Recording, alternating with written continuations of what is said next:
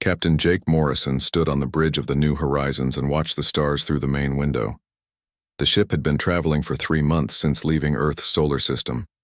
This was the first time humans had gone so far into deep space. Jake felt proud of his crew of 43 people who had worked hard to make this mission possible. Lisa Rodriguez finished checking the ship's new faster-than-light drive in the engine room. She wiped sweat from her face and smiled. The drive was working perfectly. They could now travel between stars in weeks instead of years. Lisa had spent 5 years helping to build this amazing machine. Dr. Paul Chen was in his lab studying samples they had collected from different planets. As the ship's scientist who studied alien life, he hoped to find something interesting. Paul had always dreamed of meeting aliens from other worlds. He never thought it would happen so soon. Amy Foster sat at her navigation station and checked their course. The young officer was good at her job and knew exactly where they were going. Amy had joined this mission because she wanted to see new worlds. She was not disappointed. The ship's computer made a sound that meant something important was happening. Jake looked at his screen and saw something that made his heart beat faster. There were ships approaching them. Big ships, ships that were not human. "Captain, we have contact," Amy said in a calm voice. 5 large vessels approaching from the front. Jake pressed a button to speak to the whole ship. "All crew to stations. We have visitors." The alien ships were huge and dark. They looked like they were made for war. Sharp edges and weapon ports covered their hulls. The largest ship was 3 times bigger than the New Horizons. Jake had never seen anything like them. A voice came through the ship's speakers. It was deep and rough, speaking in a language no human had ever heard. The ship's computer worked quickly to translate the words. "Weak flesh creatures, you have entered the domain of the Kithara Dominion. I am War Commander Zexthal. Your species is unknown to us. Prepare to surrender or be destroyed." Jake looked at his crew. Everyone was scared but trying not to show it. This was not how they had imagined first contact with aliens would happen. Jake pressed the communication button. "This is Captain Jake Morrison of the human ship New Horizons. We come in peace. We would like to talk and learn about each other." The alien laughed. It was a horrible sound that made everyone on the bridge feel cold. "Talk? You are small and weak. Your ship is tiny. Your weapons are nothing. We have conquered 17 species across this galaxy. All of them begged for mercy. You will do the same." Dr. Paul Chen was listening from his lab. He was fascinated by these aliens even though they were threatening. He quickly started recording everything. This was the most important moment in human history.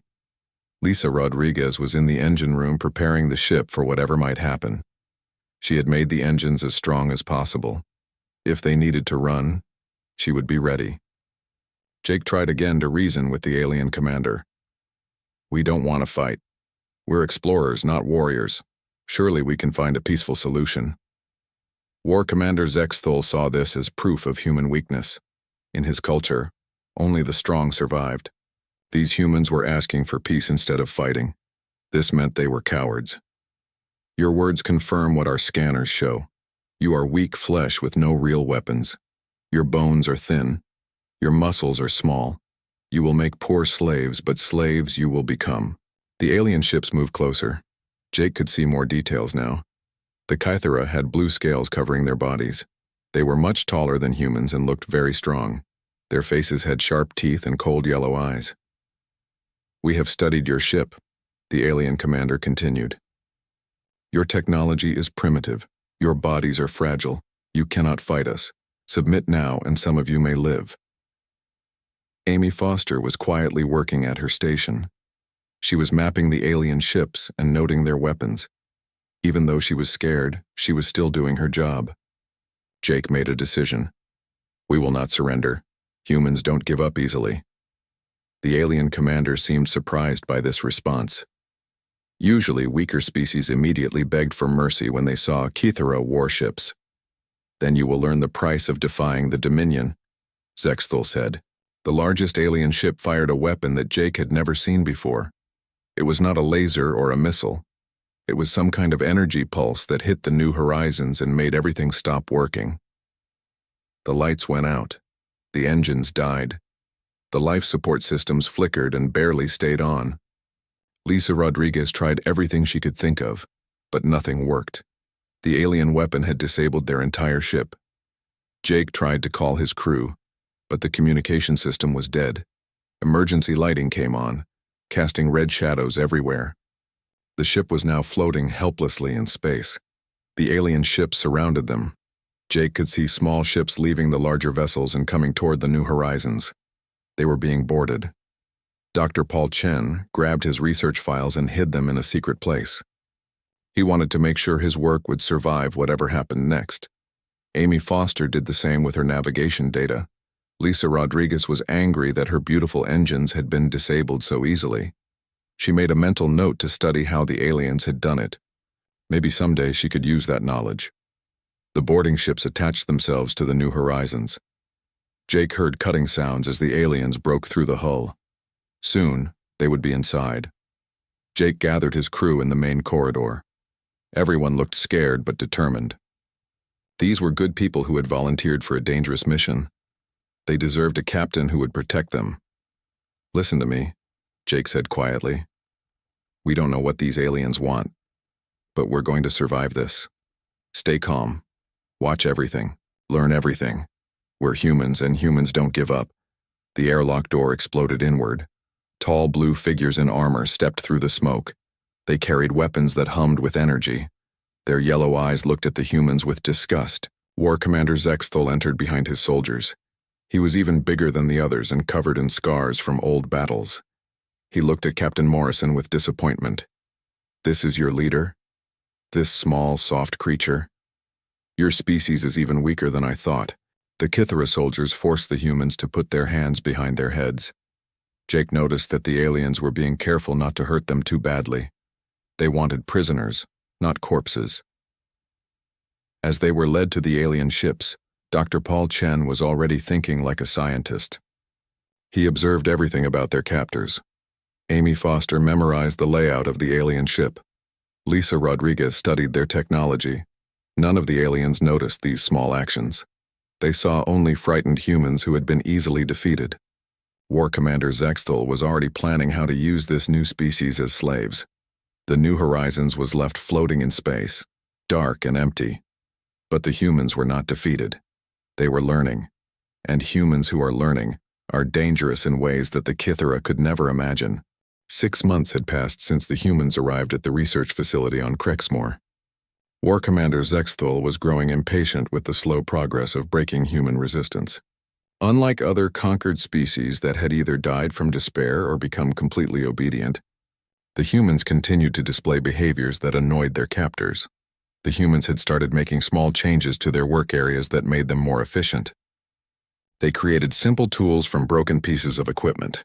They told stories to each other during rest periods and even found ways to laugh despite their situation. This was not how conquered species were supposed to behave. Zexthal decided that the humans needed harsher treatment to properly understand their place in the Kithara Empire. He ordered the guards to increase work quotas and reduce food portions. Exercise time was eliminated, and prisoners were locked in their cells for longer periods each day. The war commander also authorized psychological pressure techniques. Humans were separated from each other for days at a time. Loud noises were played during their sleep hours. Guards would randomly search their cells and confiscate anything that looked like it. Might have personal meaning. Captain Jake Morrison was subjected to special treatment designed to break his leadership over the other humans. He was kept awake for long periods and forced to watch recordings of Kithara military victories over other species. The aliens wanted him to see what happened to worlds that resisted the Dominion, but instead of breaking Jake's spirit, the harsh treatment only made him more determined to help his crew survive. During the brief moments when guards were distracted, he passed messages to other humans telling them to stay strong and keep learning about their captors. Dr. Paul Chen was placed in solitary confinement for 3 weeks after guards caught him talking to prisoners from other species. The Kithara thought this would stop his attempts to communicate with other aliens. Instead, Paul used the quiet time to organize everything he had learned into a mental database. When he was returned to general population, Paul had developed new ways to share information that the guards could not detect. He taught other humans basic concepts from alien languages using hand signals and drawings. The flow of information between species actually increased rather than decreased. Lisa Rodriguez faced a different kind of pressure. The Kythera engineers became suspicious of her repair skills and started giving her more complex broken equipment to fix. They wanted to see the limits of human technical ability. Lisa rose to meet every challenge they gave her. She fixed power generators that had been broken for years. She repaired computer systems using parts from completely different machines. Each success taught her more about how Kythera technology worked, and each lesson made her more confident that humans could match alien engineering. The alien engineers were impressed, but also worried. They started to realize that human problem-solving approached technical challenges in ways they had never considered. Lisa looked at their machines and saw possibilities that the original designers had missed. Amy Foster's access to facility computers was restricted after supervisors noticed she was accessing more data than necessary for her assigned tasks. They moved her to a simple cleaning job where she would have no access to sensitive information. Amy adapted by developing her memory skills. She memorized everything she saw during her cleaning duties. Guard schedules, facility layouts, equipment locations, and security procedures were all stored in her mind. She became a walking map of the entire research complex. Security Chief Tony Blake was put through combat training exercises where Kythera guards tried to teach him proper submission techniques. The aliens wanted to use him to train other human prisoners in how to behave like proper slaves. Instead, Tony studied Kythera fighting styles and identified their weaknesses. He noticed that the aliens relied heavily on their natural strength and expected opponents to be frightened by their size. They were not prepared for fighters who used speed, tactics, and creativity instead of brute force. Tony began secretly teaching other humans modified combat techniques based on what he had learned. They practiced during work periods when guards were not paying attention. Simple movements that looked like stretching exercises were actually training in how to fight much larger opponents. Dr. Karen White made the most important discovery during this period. Her continued access to medical records showed that prolonged exposure to Kythera technology was changing human brain chemistry in unexpected ways. The bioresonance fields that powered alien equipment were enhancing human neural pathways. Humans were developing new mental abilities that no other species had ever shown. Their capacity for learning was increasing. Their ability to process complex information was improving. Most remarkably, some humans were beginning to interface directly with Kythera computer systems using only their minds. Karen shared this information carefully with other humans during medical examinations. She taught them exercises that would help their brains adapt even faster to the alien environment. The Kythera medical staff thought she was just helping humans stay healthy, but she was actually accelerating human evolution. Communications. Officer Rachel Wood was moved to a more restricted area after her supervisors realized she understood their communication equipment better than they had expected. They gave her simple maintenance tasks and watched her more carefully. Rachel used this restriction as an opportunity to test her developing abilities. She discovered that she could sense the electromagnetic fields generated by Kythera computers. With practice, she learned to influence these fields and access data without physically touching the equipment. The first time Rachel successfully hacked into a Kythera computer using only her mind, she nearly cried with joy. Humans were developing capabilities that their captors did not know existed. The aliens thought they were studying primitive creatures, but they were actually creating something new and dangerous. Science Cast Veltar was becoming increasingly concerned about the patterns he observed in human behavior. His research data showed that humans were adapting to captivity in ways that defied everything the Kythera knew about conquered species. Instead of declining in health and mental capacity, the humans were improving in both areas. Their performance on intelligence tests was rising steadily. Their physical condition was better than when they first arrived. Most disturbing of all, they showed no signs of accepting their permanent status as slaves. Beltar wrote detailed reports about these observations and submitted them to his military supervisors. He warned that humans might represent a new type of threat that the Kythera had never encountered before. He recommended additional study and possibly different treatment approaches. War Commander Zexthul dismissed Veltar's concerns as scientific overcaution. The warrior caste had always solved problems through the application of superior force. A few unusual test results did not change the fundamental reality that humans were weak creatures who could be controlled through intimidation and punishment. The other alien, prisoners in the facility, were beginning to change as well. The human example was showing them that resistance was possible. Species that had been completely broken by years of captivity started to remember what they had been like before the Kythera conquered them. An insect-like creature from the hive worlds began teaching other prisoners about Kythera weaknesses he had observed during his capture. An aquatic being from the deep ocean planet shared knowledge about Kythera ship designs that could be exploited. The humans had started something that was spreading throughout the prison population. The facility guards noticed increased tensions, but did not understand the cause. They saw more fights between prisoners from different species, not realizing that these were actually secret meetings where information was being shared and plans were being made. Jake Morrison was able to establish contact with all the key human prisoners despite the increased security measures. They met in maintenance areas during shift changes, or passed messages through the other alien prisoners who were now helping them. The humans had developed a complete intelligence picture of the research facility and its operations. They knew which systems were critical, where the main power sources were located, how the security network functioned, and what the guards' response procedures would be in case of emergency. More importantly, they had learned enough about Kythera technology to know how to turn it against their captors. Lisa's engineering knowledge, combined with Rachel's ability to interface with alien computers, gave them capabilities that no previous prisoner had possessed. Tony had trained a core group of humans in combat techniques specifically designed to exploit Kythera weaknesses. Paul had established communication networks with prisoners from all 17 conquered species. Karen had helped humans develop enhanced mental abilities that the aliens did not know existed. Amy had mapped every possible escape route and identified the best times and methods for moving through the facility undetected.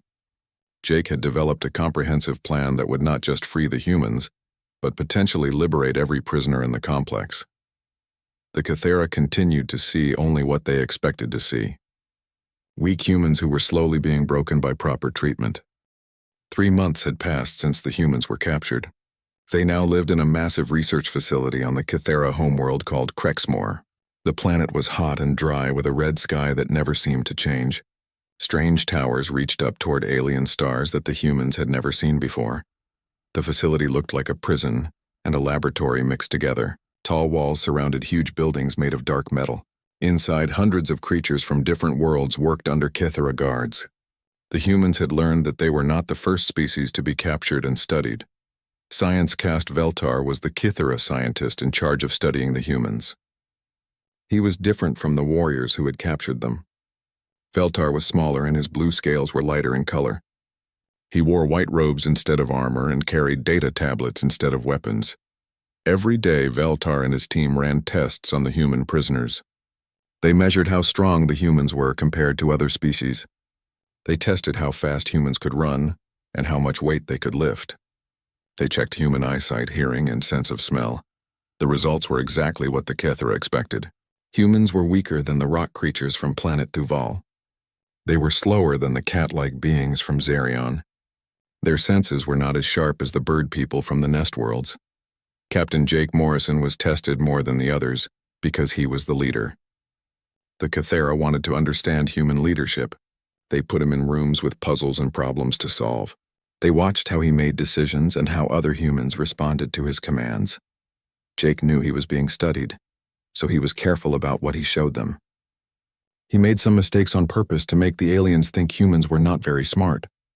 But he also solved enough problems to keep them interested in learning more. Dr. Paul Chen was fascinated by everything around him, even though he was a prisoner. He saw aliens from 17 different worlds all working together in the facility. Some looked like insects, others like fish that could walk on land. Many had been prisoners for years and had given up hope. Paul started talking to these other prisoners whenever the guards were not watching. He learned basic words in their languages and taught them simple human words. Soon he had created a basic way for different species to communicate with each other. The Kythera guards thought this was just meaningless chatter. They did not realize that Paul was building the first interspecies translation system in the galaxy. Information was flowing between prisoners who had never been able to talk to each other before. Lisa Rodriguez was put to work in the facility's maintenance section. The Kythera thought her engineering skills might be useful for simple repairs. They gave her broken machines and expected her to fix them using only basic tools. Lisa surprised everyone by fixing things that even the Kythera engineers had given up on. She looked at their technology with fresh human eyes and found solutions they had never considered. A food dispenser that had been broken for months started working again after Lisa spent one afternoon with it. The alien engineers were impressed but not worried. They thought this was just luck or simple cleverness. They did not understand that Lisa was learning how their technology worked by taking it apart and putting it back together. Amy Foster was assigned to help with facility records and navigation data. The Kythera thought humans might be good at simple data entry since they seemed to have basic intelligence.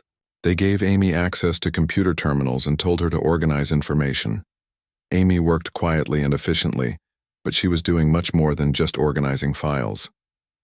She was mapping the entire facility and learning about Kythera computer systems. Every day she discovered new information about how the aliens organized their empire and controlled their prisoners. Security Chief Tony. Blake was put in the facility's training area where prisoners were taught to follow Kythera rules. The aliens used him to help train other prisoners because he was good at keeping humans organized and calm. Tony watched everything the Kythera guards did. He memorized their schedules, their weapons, and their weaknesses. He noticed that the guards changed shifts at the same times every day. He saw which doors were locked and which ones were only watched by cameras. The Kythera thought Tony was just another broken prisoner who had accepted his fate. They did not see that he was planning something much bigger than they could imagine. Dr. Karen White was the ship's medical officer. She was assigned to help in the facility's medical center where sick prisoners were treated. The Kythera thought human medical knowledge might be useful for keeping their slaves healthy. Karen was amazed by what she found in the medical center. The Kythera had detailed medical records for all 17 species they had conquered. She could see how each species had responded to captivity and how their bodies had changed over time. What Karen discovered made her very excited, though she was careful not to show it. The medical data showed that humans were adapting to the alien environment faster than any other species. Human immune systems were learning to fight off alien diseases. Human bodies were adjusting to the different gravity and atmosphere. Most importantly, human brain activity was increasing instead of decreasing like other species. The Kythera technology used something called bioresonance, and human brains were learning to work with it in ways the aliens had never seen before. Communications Officer Rachel Wood was put to work maintaining the facility's communication equipment. The Kythera thought she might be useful for simple technical tasks, since humans seemed to understand basic electronics.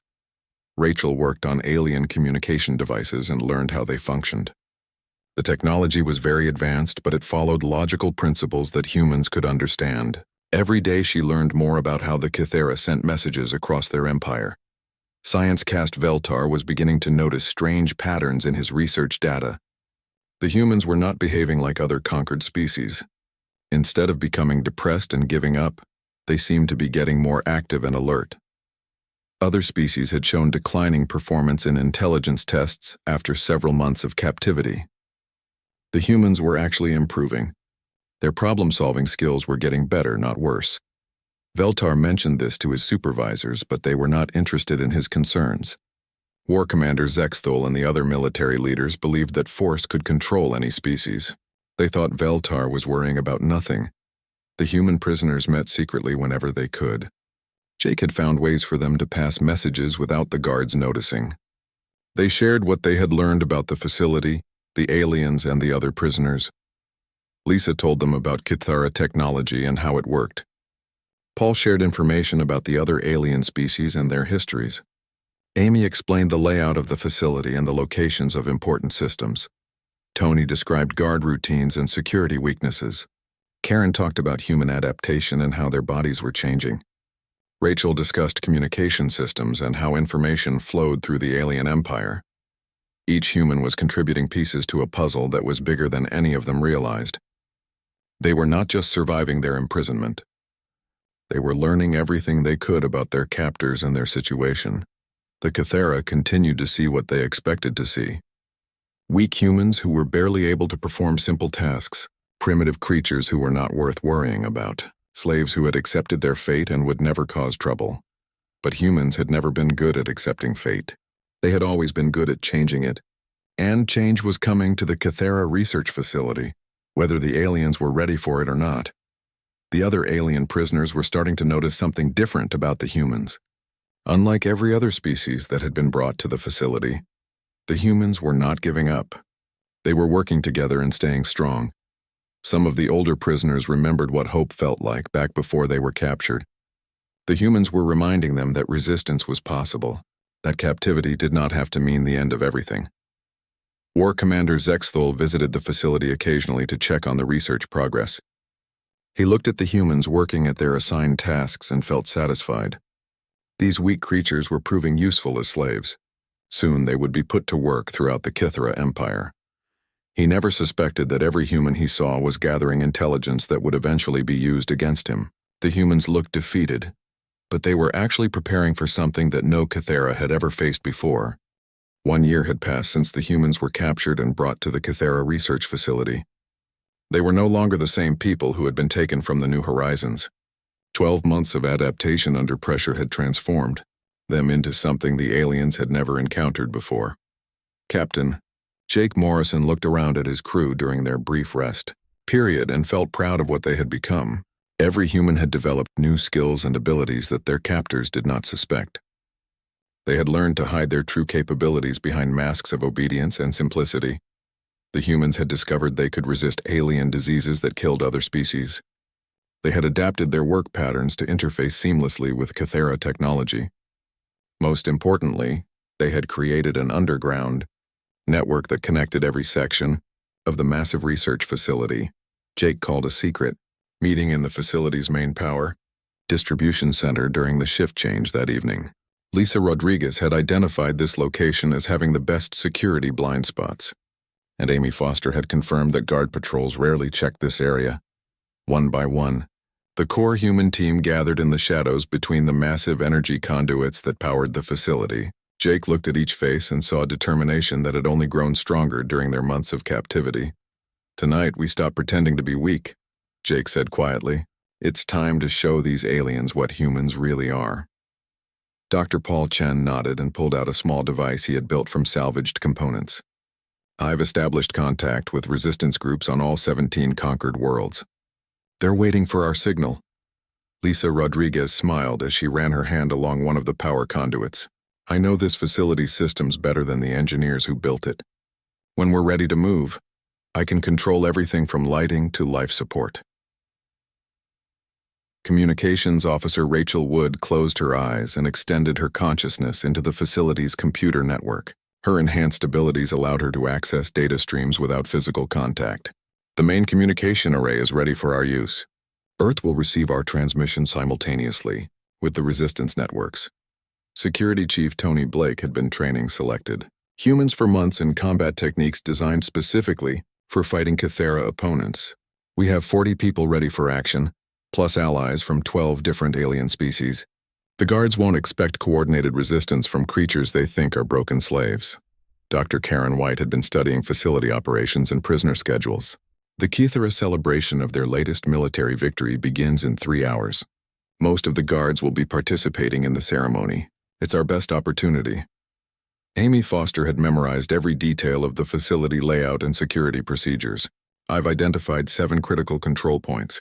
If we take them simultaneously, we can lock down the entire complex before anyone realizes what's happening."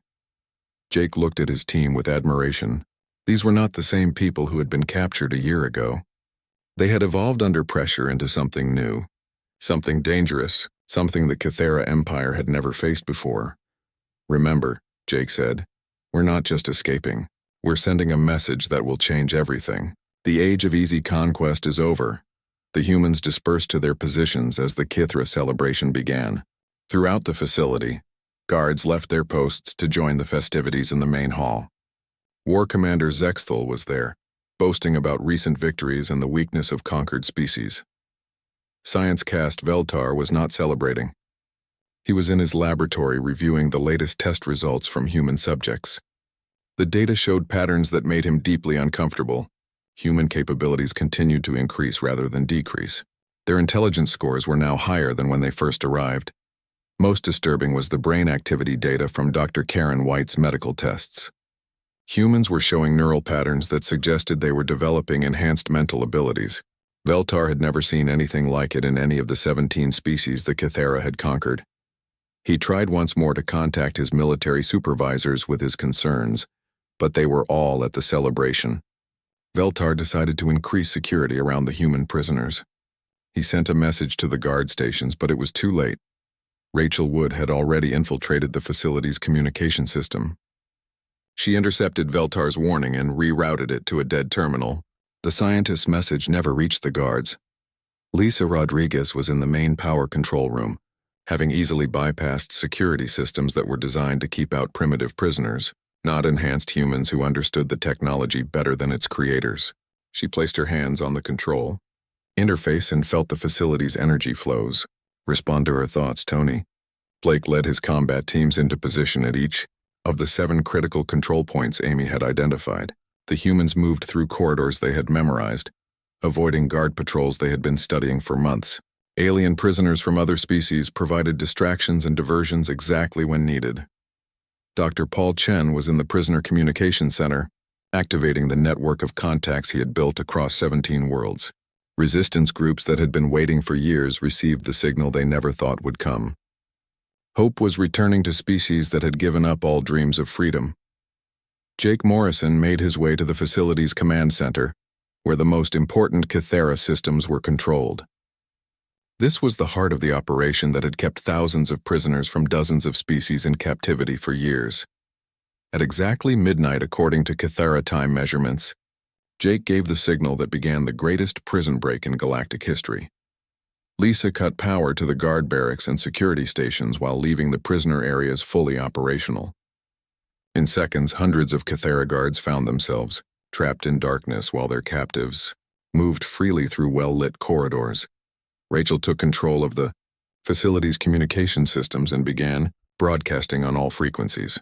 Her message reached not only the resistance networks but also Kythera military commanders throughout the Empire. For the first time, conquered species were speaking directly to their oppressors. Tony's combat team struck simultaneously at all 7 control points. The guards they encountered were completely unprepared for prisoners who fought with intelligence, coordination, and tactics specifically designed to neutralize Kythera advantages. The aliens had trained to fight other warrior species that relied on strength and aggression. They had no experience against opponents who used psychology, misdirection, and creative problem-solving as weapons. Human teams captured critical facilities by thinking 3 steps ahead of their opponents. Amy coordinated the movement of hundreds of prisoners through corridors and passages she had mapped down to the smallest detail. Alien species that had been enemies for years worked together under human guidance, united by their desire for freedom. Dr. Karen White led medical teams to treat injured prisoners and provide care that had been denied for years. Her enhanced understanding of alien biology allowed her to help species that Kythera doctors had written off as untreatable. Paul established communication between different prisoner groups and helped coordinate their actions. The Tower of Babel became a symphony of cooperation. As 17 species worked together for the first time in decades, War Commander Zexthal was pulled away from the celebration by emergency alarms that screamed throughout the facility. He could not believe the reports he was receiving. Prisoners were not just escaping, they were taking control of the entire complex. The War Commander rushed to the command center and found Captain Jake Morrison sitting in the facility administrator's chair, calmly reviewing data on the main display screens. "Impossible," Zexthal snarled. "You are weak creatures. You cannot fight us." Jake looked up at the towering alien warrior with calm confidence. "You're right.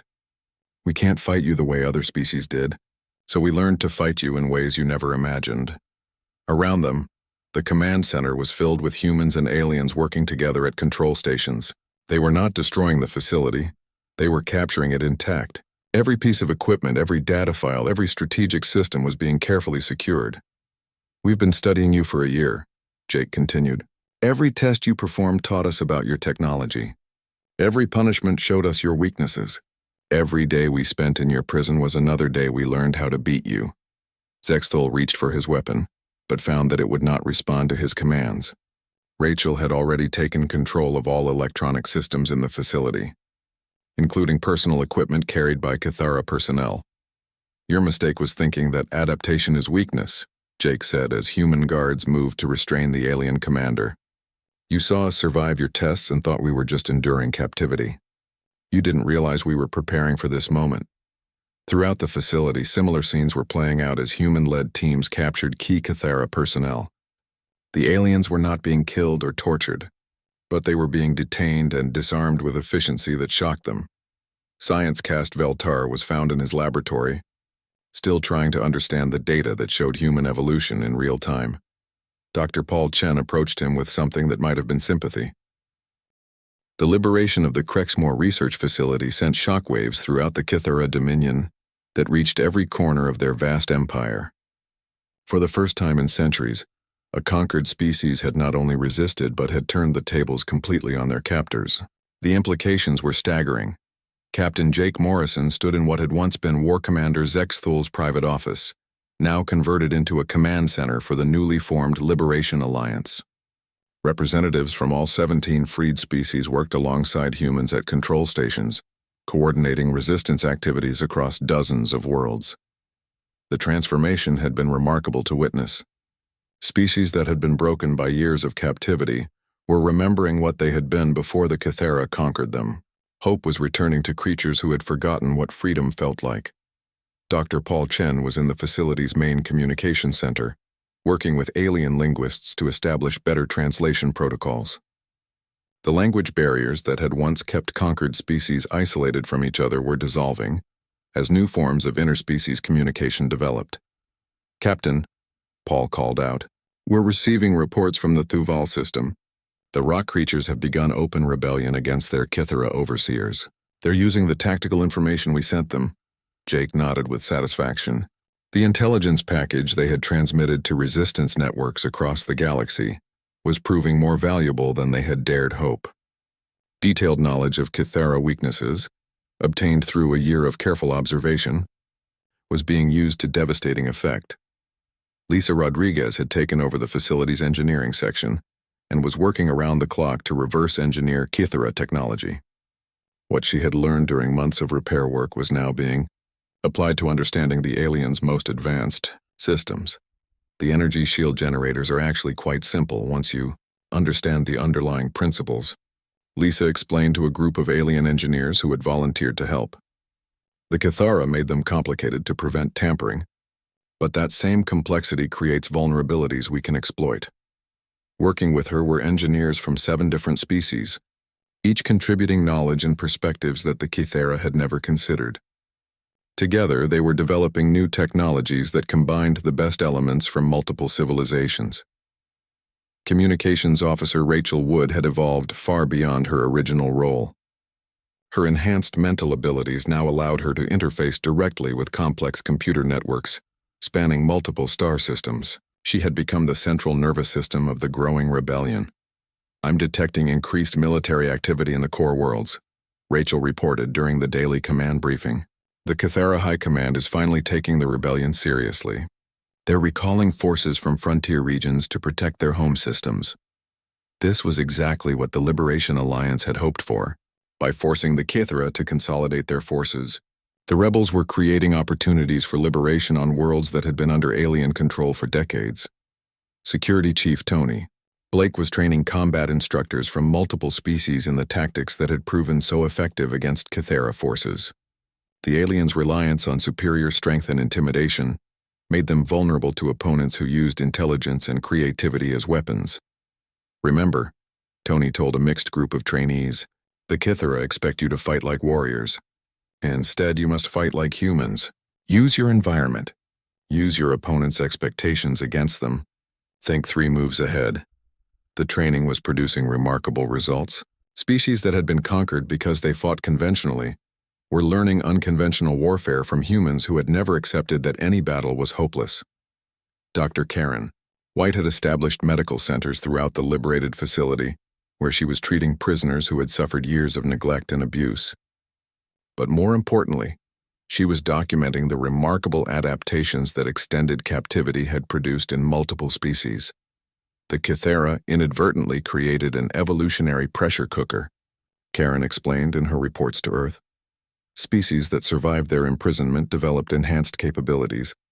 We're not just liberating prisoners. We're freeing evolved versions of entire civilizations. Amy Foster was coordinating the movement of liberation forces as they spread beyond the research facility to other Kythera installations.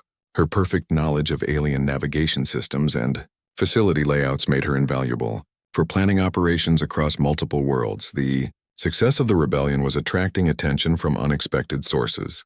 Kythera military units that had grown tired of endless conquest were beginning to defect to the Liberation Alliance. Even some members of the ruling caste were questioning whether their empire's expansion had gone too far. Science caste. Veltar had become an unlikely ally after Jake Morrison personally intervened to protect him from angry prisoners seeking revenge. The Kythera scientists' research data was proving invaluable for understanding how different species could work together effectively. I tried to warn them, Veltar told Jake during one of their regular meetings. The data clearly showed that humans were unlike any species we had encountered before. But the warrior caste could not accept that strength might take forms they did not recognize. War Commander Zexthul remained in detention, but he was no longer the arrogant conqueror who had captured the New Horizons. Daily exposure to the growing success of the rebellion had forced him to confront the reality that his entire worldview had been wrong. How did we not see it? He asked Jake during one of their conversations. You were weak. Your technology was primitive. Your ships were small. Jake sat across from the defeated alien commander and tried to help him understand. You saw what you expected to see. We were physically weaker than you, but we never stopped learning and adapting. Every challenge you gave us made us stronger. The truth was becoming clear to Kythera leaders throughout the Empire. They had not been studying primitive creatures in their research facilities. They had been providing advanced education to their future conquerors. Every test had taught humans about alien technology. Every punishment had revealed alien weaknesses. Earth had responded to Jake's intelligence transmission with remarkable speed. The homeworld had not been idle during the year since the New Horizons disappeared. Detection of the approaching Kythera fleet had triggered massive preparation efforts that were now paying dividends. Human ships built with reverse-engineered alien technology were already moving toward Kythera space. But these were not invasion fleets seeking conquest. They were liberation forces coming to support the growing rebellion and evacuate human prisoners from other facilities. More importantly, Earth was broadcasting Jake's intelligence data to every species in the galaxy, including those that had successfully resisted Kythera conquest attempts. The Dominion found itself facing not just rebellions on conquered worlds, but new alliances between previously neutral civilizations. The Zerian cat people, who had been enslaved for decades, successfully liberated their homeworld using tactical information provided by the humans. The Nestworld bird people coordinated with human naval forces to destroy Kythera supply lines. The deep ocean aquatic species used their natural advantages to sink alien ships that ventured too close to their worlds. Within 6 months of the research facility liberation, 17 different species were fighting coordinated campaigns against Kythera forces. The empire that had seemed invincible was suddenly fighting wars on dozens of fronts against enemies who shared intelligence and coordinated their strategies. The Liberation Alliance had established its main headquarters in the captured research facility, but operations centers were now active on liberated worlds throughout the galaxy. Species that had been isolated and defeated individually were now working together as a unified force. Jake Morrison found himself in a position he had never expected. The captain of a single exploration ship had become the de facto leader of the largest military alliance in galactic history. Representatives from civilizations across the galaxy looked to him for guidance and leadership. We need to be clear about our objectives, Jake told the Alliance Command Council during a crucial strategy meeting. We're not trying to build our own empire. We're fighting to ensure that no species can dominate all others through force. This message resonated with civilizations that had feared Kythera expansion, but had been too weak to resist individually. The humans offered something unprecedented: leadership that did not seek permanent dominance over allies. The final phase of the war began when Liberation Alliance forces reached the Kethera core worlds. But instead of the devastating battles that everyone expected, many Kethera systems surrendered without significant fighting.